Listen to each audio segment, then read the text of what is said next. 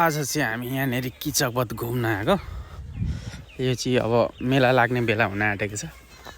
अब 15-20 दिनमा यहाँनिर चाहिँ मेला लाग्छ। पुरा सफाइहरू हुँदैछ।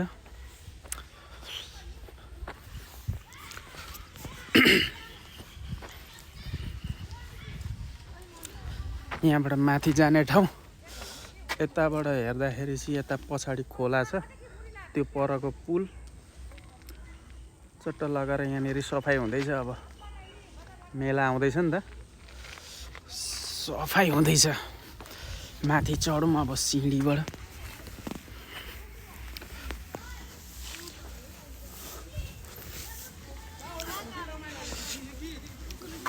यहाँ चाहिँ किचकलाई वध गरेको ठाउँ, भीमसेनले स्ट्याचु बनाएको छ। कस्तो राम्रो, भीमसेनले किचकलाई वध गरेको ठाउँ।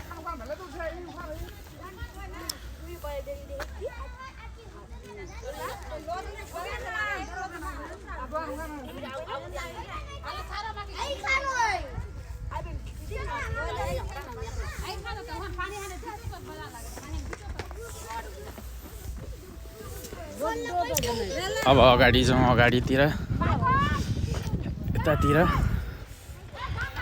यता पनि मन्दिरहरू छ। अहिले पनि यो बेलामा मान्छेहरू यहाँ पिकनिक खान आउनु हुँदो रहेछ।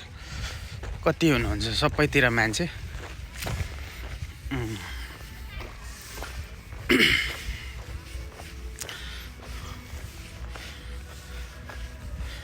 यो पुरानो जमानामा यो भीमसेनहरूको पालामा बनिएको यहाँनिर घर रहेछ, भगवानको पालाको। हेर्नु त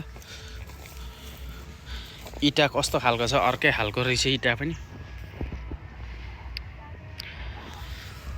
त्यो टाइममा पनि यस्तो खालको इँटाहरू पाइँदो रहेछ, भगवानको पालाका इँटा है। यो चाहिँ गाइज